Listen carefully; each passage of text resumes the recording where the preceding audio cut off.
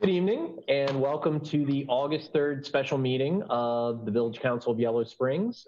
We've already begun our meeting and just exited executive session for the purpose of discussing imminent litigation. So to begin the meeting, I would like to read a statement, and then we are going to hear from our village solicitor, Brianne Parcels, council members, and then any other discussion. Okay. So,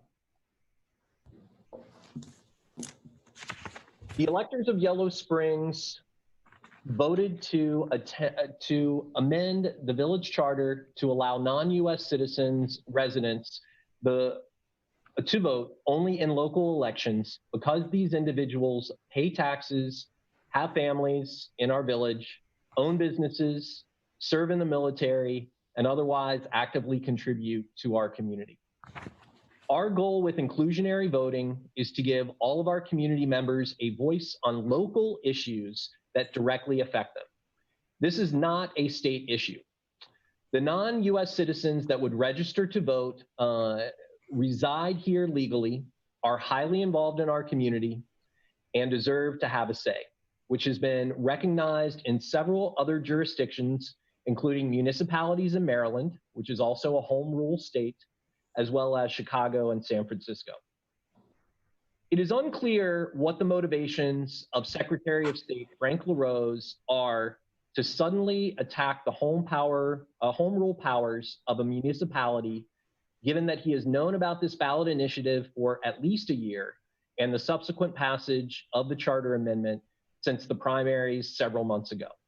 It is certainly problematic that LaRose is so vociferously disinforming Ohioans by not emphasizing that this allowance for non-U.S. citizens to vote is specifically limited to local elections and does not include school board, township, county, state, or federal elections.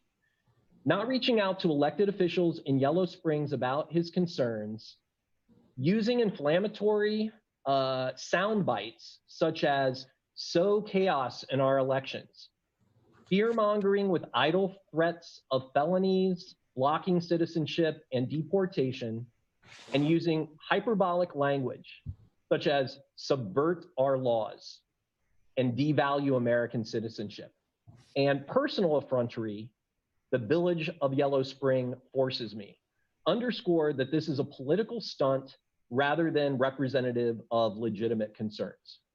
A community of 3,700 people and maybe a dozen or more residents that would register to vote as non-U.S. citizen residents could hardly subvert our laws.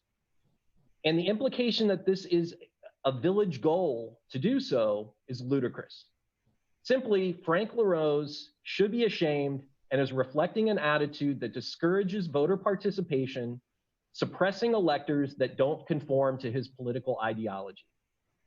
Notably, Ohio's chief elections officer has given Ohioans reason to doubt his competency for the job. Beyond his personal and political biases, LaRose clearly does not understand the meaning of the Ohio or federal Constitution and is flouting home rule powers. This degradation of local control has been a common theme for almost 30 years, with the exception of a brief period from 2007 to 2010, and limits the ability of local governments to protect their citizens from gun violence, environmental destruction, and corruption. Importantly, the fundamental principle of home rule is that you cannot conflict with state law, but you can add to it if it is not explicitly prohibited. There is nothing in the Ohio or federal Constitution that denies non-U.S. citizen residents the right to participate in local elections. And the examples of municipalities in home rule states who have enfranchised those who legally reside in the U.S. establishes that this does not violate or undermine either constitution. Similarly, allowing 16 and 17-year-olds to vote, which several municipalities have done and 25 states are considering, does not violate these provisions that reference 18-year-olds, but do not disallow those who are younger to vote. The Ohio and US constitutions make affirmative statements of who can vote, but they do not indicate that other individuals who pay taxes and contribute to our country cannot vote.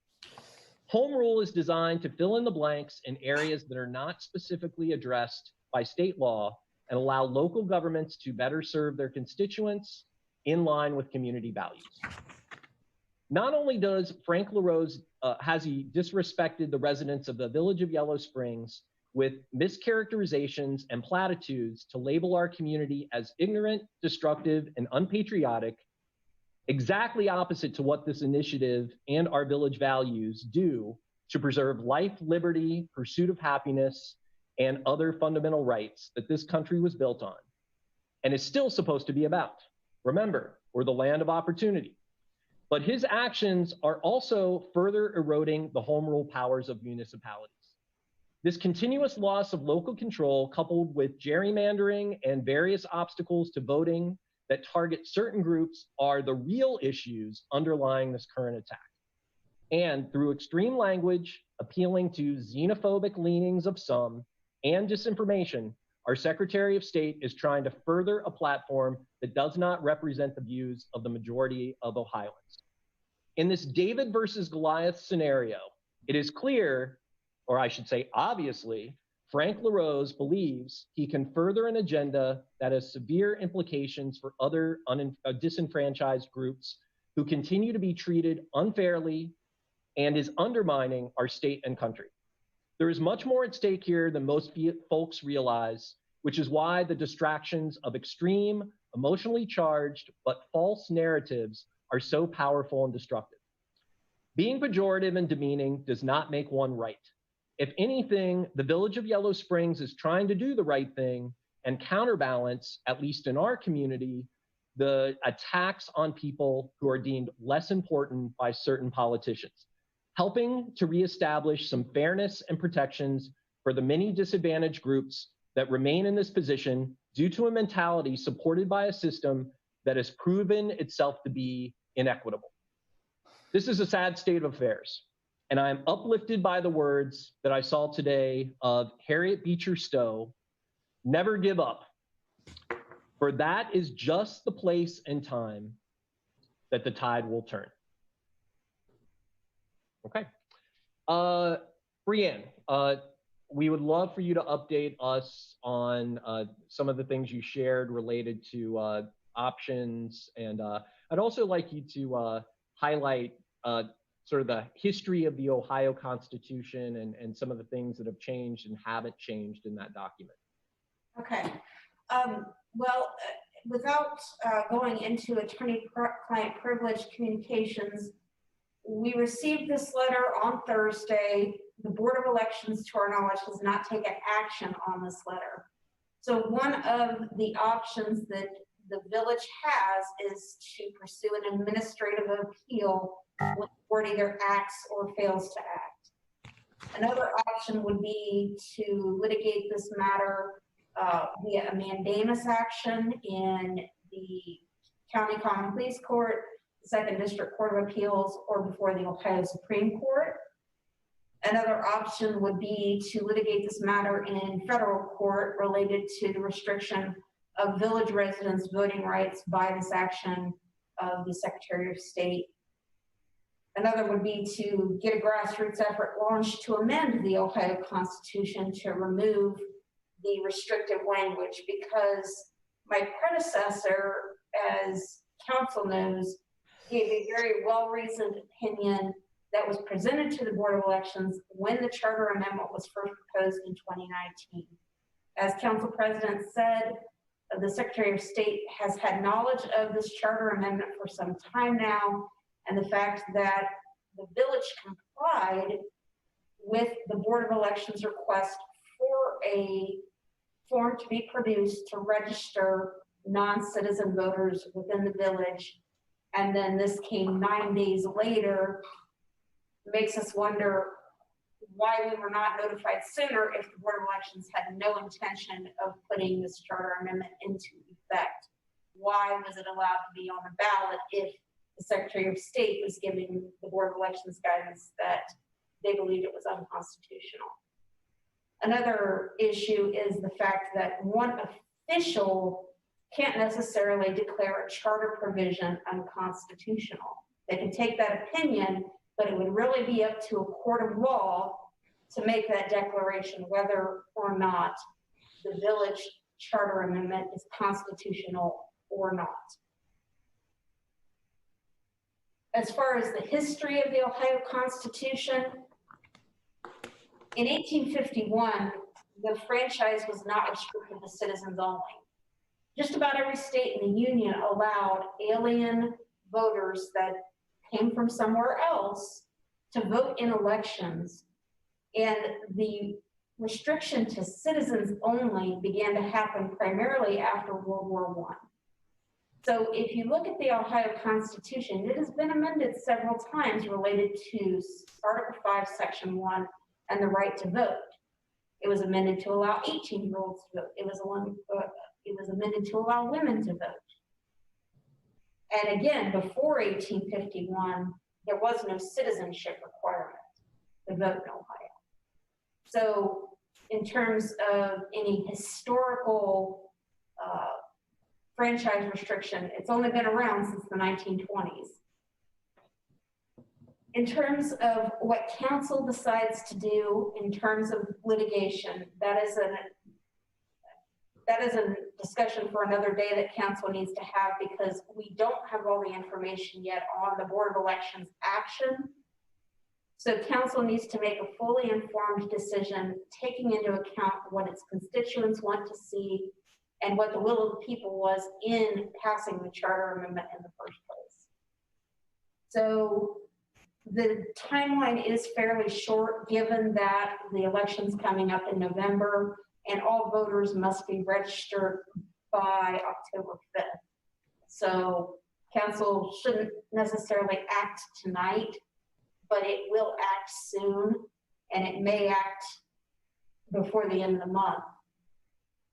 We just don't know until we have more details from the Board of Elections. That's all I have. Thank you, Breanne. And I think it's also important, related to the Ohio Constitution, to share that Section 6. Do you want to share that, or do you want me to? Can you put it on screen share? Yeah, I think this is really telling of Secretary of State's knowledge of the Ohio Constitution and what he would have to enforce if he was going to do that equitably. Okay, if you scroll up, this is page 36 of the Ohio Constitution, which is Article 5. Who may vote? Every citizen of the United States of the age of 18 years old who's been a resident of the state, county, township, or ward. Notice it does not say municipalities in there. Again, that's where we come into home rule. You go over to the other column, well, go down to the bottom, and it shows you 1851 when the Constitution was enacted and how many amendments it has. You go down to Section 6. Is Frank LaRose enforcing that provision of the Ohio Constitution? That's a good question, because that's also on the Ohio Constitution and has never been amended. So it begs the question, if he is stringent about the terms of the Ohio Constitution, why is he not out advocating for Section 6 in addition to the language of Section 1? That's all I have. Thanks, Breanne. And for anybody that can't see the screen, that Section 6 says that idiots or insane persons shall not be entitled to the privileges of an elector. So think about that one. All right, thanks, Breanne. Council members, I'll just go around for anyone that has comments, and then if we have any questions from citizens, we'll go there. Let's see, Kevin Stokes. Yeah, well, thanks. I'm actually still at work, so that's why I'm on my phone. But yeah, I think, and again, I guess I'm trying to be careful like Breanne was in terms of attorney-client discussions. But I think we've made a good case. I think we've gotten good advice from our solicitor in terms of how I think to properly interpret the law and how to properly interpret case law, properly adhere precedent that's been set in other municipalities. And I think, Brian, your statement that you read was excellent and spot on. And I think it does shine a light on Mr. LaRosa's preconceived notions about our village and his preconceived intentions to try to make an example of us. But I think if all the facts are put forward to the points that Brianne just made, there is no restriction for us to allow non-citizen residents to vote strictly on local issues, which is all we want to do. So I think we have a good case. Again, it's to be determined whether we actually take legal action, but I certainly think we ought to take some administrative action to ensure that all of the facts are on the table, because Mr. LaRose seems to be devoid of facts. Thank you. Thanks, Kevin. Laura Curlis. Thank you. Yes, I read Mr. LaRosa's letter, and I think he's reading Article 5 in Section 1 of the Constitution. First of all, he's ignoring the fact it doesn't address municipalities. Again, consistent with the home rule provisions of the Ohio Constitution. And I think he's reading Ohio Revised Code 3503.01A as being the entire universe of voters. It addresses citizen voters, but it doesn't address non-citizen voters. And of course, I want to point out, and I posted this on Facebook, that legal non-citizen residents have been allowed to serve in the military for many decades, and the Department of Defense has that on their website. There's currently 35,000 people currently serving active military, and then there are a lot of veterans who are legal residents but non-citizens, and so they're denied the franchise. Obviously, those people put their lives on the line for this country as much as citizens do. So I think that we have a strong case if we want to pursue it. However, I do think, and especially with the pandemic, there's probably very little appetite from the citizens to foot the expense for this litigation, to pursue this. I think we do at the very least have to present our case at the Board of Elections when they do consider this. I think if we need to think about, and I think we could do it if there's people who want to donate to this cause. Municipalities accept donations for all kinds of government activities. We could create a line item for that and then consider pursuing it if we felt we had enough funds to do so. So those are my thoughts right now. All right, thanks, Laura. Mary Ann McQueen. Apropos to Laura's last statement, you may recall before the pandemic, I had suggested that we have Gina Marie Cox come to the village to talk about how people could donate to the village through the community foundation. So she is going to come to our next meeting, and she's going to have a broader presentation than that. But I'm noting that. So I'm going to suppose that we Yellow Springs are right and righteous. I'm going to defer to the two attorneys on council and our solicitor in terms of the legality, because it's just sort of over my head, frankly. I'm sure that in principle, there is a reason to push this case forward. Practically, and sort of to the point Laura was making, I'm not sure that it makes sense to do that. I wouldn't stand in the way if, for example, we have donors who want to pay for litigation, and also if we have a majority of council that feels like we should go ahead. My sense is it's not a fight that we want to fight right now, though. Thanks, Mary Ann. Are there any other questions or comments from council, Brianne, Josue, before we open it up to questions? I'd like to ask a question with respect to, and I can't think of the name of the organization that provides our legal coverage, like an insurance policy, and we'd have to pay a copay of what is that, $5,000? Yep. Is this the type of case that they could take on, number one? And secondly,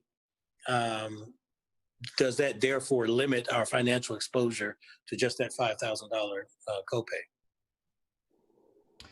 I think I know the answer, and Brian and Josue can correct me if I'm wrong, but PEP does not pursue affirmatively actions on the behalf of governments. They do defense only. It's only when somebody is looking to litigate with us. Laura's correct. Okay, great. Thank you. Okay. Anything else? Okay. Any questions? Let's see. I know Megan's on. Megan, did you have any questions? Yes, I do. Thank you. I was wondering if you could give a little bit of a timeline of your communication with the Secretary of State's office and just about how you went about getting this passed at the Board of Elections, what the involvement of the Secretary of State has been, and the message you had been hearing from both groups as this has gone along.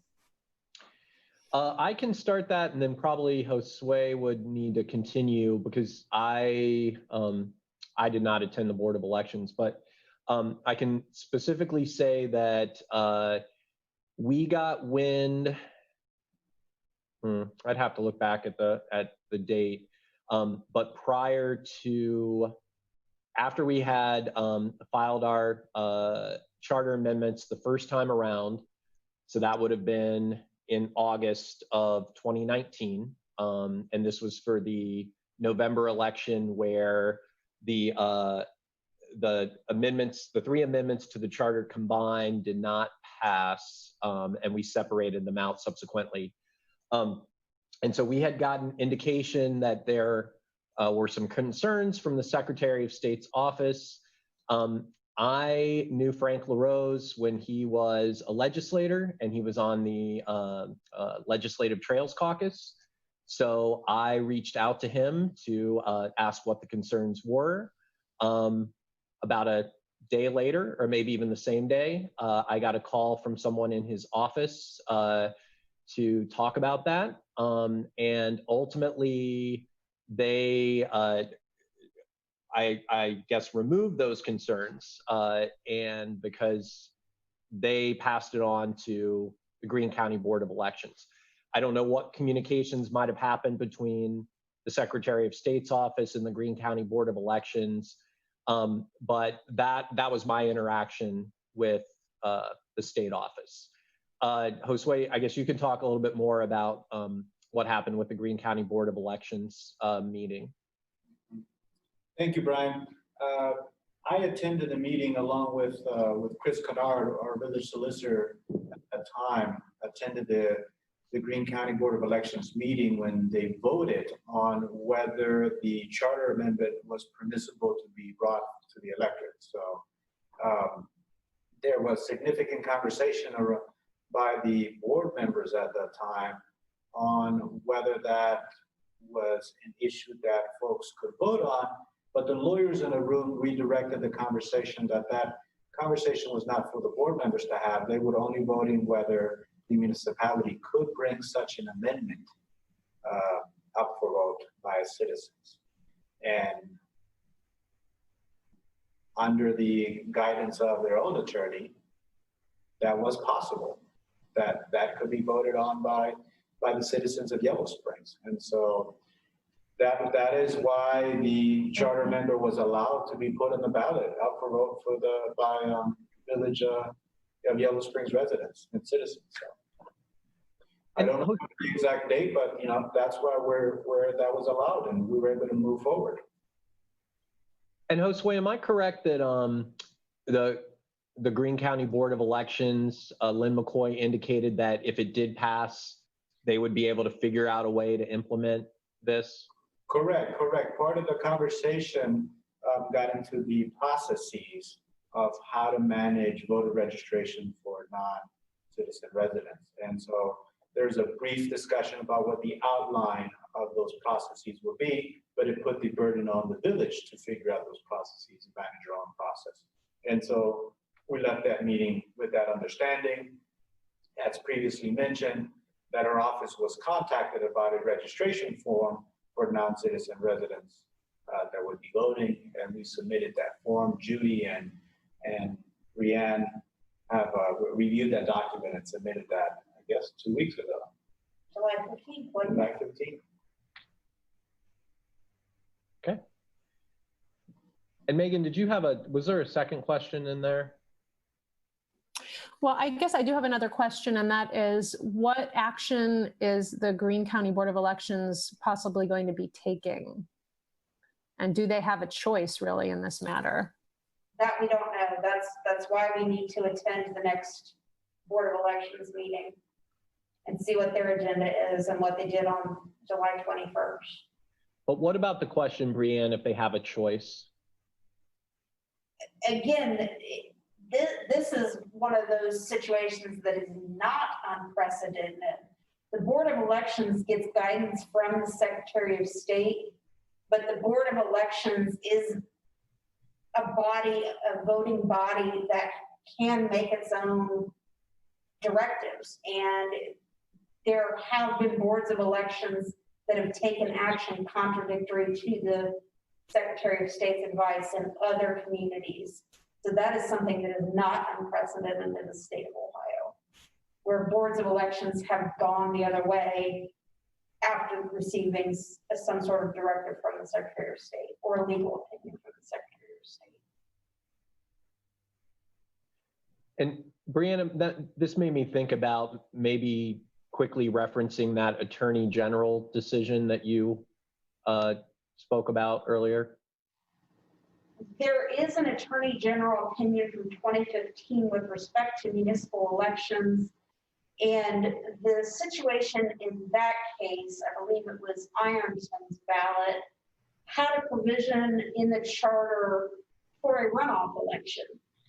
And the Board of Elections in Lawrence County had a fit because the special election timing was off from the Secretary of State's elections calendar.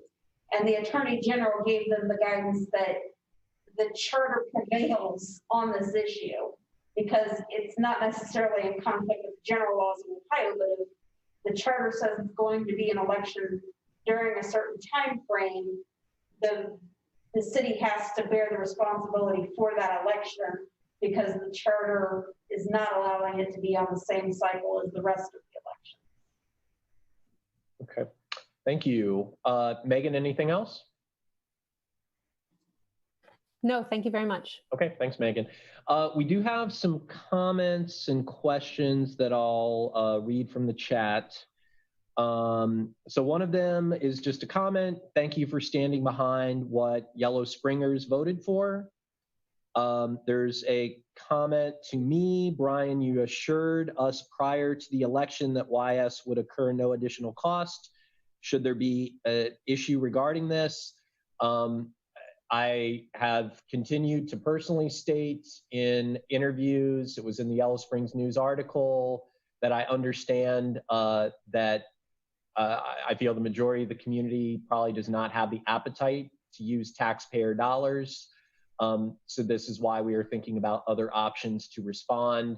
Because I do believe when I made that David and Goliath reference that from Frank LaRosa's perspective, he assumes that they can just bully us and it's over. And so that's kind of related to a question. Have you looked into finding a national nonprofit that would use this as an example case? Unfortunately, we were not respected in any way and were given no heads up. We were blindsided essentially last Friday about this. And so we are now looking at what our options are. Certainly that will be one that we will consider. I saw a recent Facebook post where you recognized that. You stated there was possibility of pro bono work. I believe many are absolutely not comfortable with us spending our limited funds to defend. That was from Kellyanne Tracy. Yep, I am recognizing that, and it is my opinion that I'm stating, but I think all of council recognizes that concern of citizens. And in fact, one of the things that we will be emphasizing between now and our August 17th meeting is reaching out to constituents to hear their thoughts. So we want to hear from you. We will reach out to you as well. In particular, we would love to hear from folks that are non-US citizen residents that care about this issue. And that doesn't mean that has to be a public record or anything, but I think it's important for us to understand what the dynamics of our community are in this regard. And what would be the cost of litigation ballpark figure? I don't think we can give that right now, and I'm not anticipating that being the issue. So do we have any other questions or comments? Okay. Brian, Kevin? maybe we could decide what the best course of communication would be for us getting input from residents, in particular, like you said, the non-citizen residents, to reach out to whether Judy or us individually. I think it'd be nice to give some particular way of communicating that. Yeah, thanks for that, Kevin. So one way that is always possible for communication, especially if you want to get that communication to all of council members, is through Judy Kittner, our council clerk, and her email is clerk@, and you can just do yso.com. So that's the short form. And she would make sure that we get any communications that you would like us all to see. You can certainly reach out to individual council members. So if there's a council member that you feel particularly comfortable with talking to, and again, those conversations do not have to be public records, especially if those are in person, distanced, of course, with masks, or on the phone. That is certainly a possibility. I believe all of our phone numbers are in the Red Book, and you can also email us directly. So that's a possibility also. Facebook is not the ideal way to communicate. It becomes really overwhelming, some of the threads, and as much as council members would like to keep up with the 800 comments per thread that are often there, it's not an easy thing to do. And as you can imagine, we have a lot of priorities, but I do think our home rule and the values that we walk and not just talk are also a priority. But I think those are main ways to communicate. Judy, did you want to? I did just want to caution that if folks email you, that is potentially a public record. Right. And that Facebook, often council members will not respond or will go offline to respond, because that then can become a meeting if multiple council members become involved. So if you're not seeing a response to something on Facebook, there's often very good reason for that. So I would back up what Brian has said. Do reach out individually if you can, or by individual phone or email. Thanks for that, Judy. Yeah, I guess I will say, texts also become a public record. So anything in writing, just keep that in mind if there are comments or input that you want to keep private. Any other questions or comments? Okay, well, Brianne, thank you for providing us with such great detail on such short notice. Village team, village council members, thank you for being available for this special meeting. And I know Lisa Krieger wanted to be here, but is not able to be. And otherwise, we will move forward. And obviously, we're going to focus on our village values and not let people's personal, I guess, campaigns affect the great work and the great things that the village does. So with that, I would entertain a motion to adjourn. So moved. Second. Okay. All those in favor signify by saying aye. Aye. Aye. All right. Thanks, everyone. Take care. Be safe. Kevin, All right. do you want to talk? Yeah, you want to do it by phone? I'll call you. I'm still at work. Give me a few minutes to get together and I'll give you a call. All right. Thanks.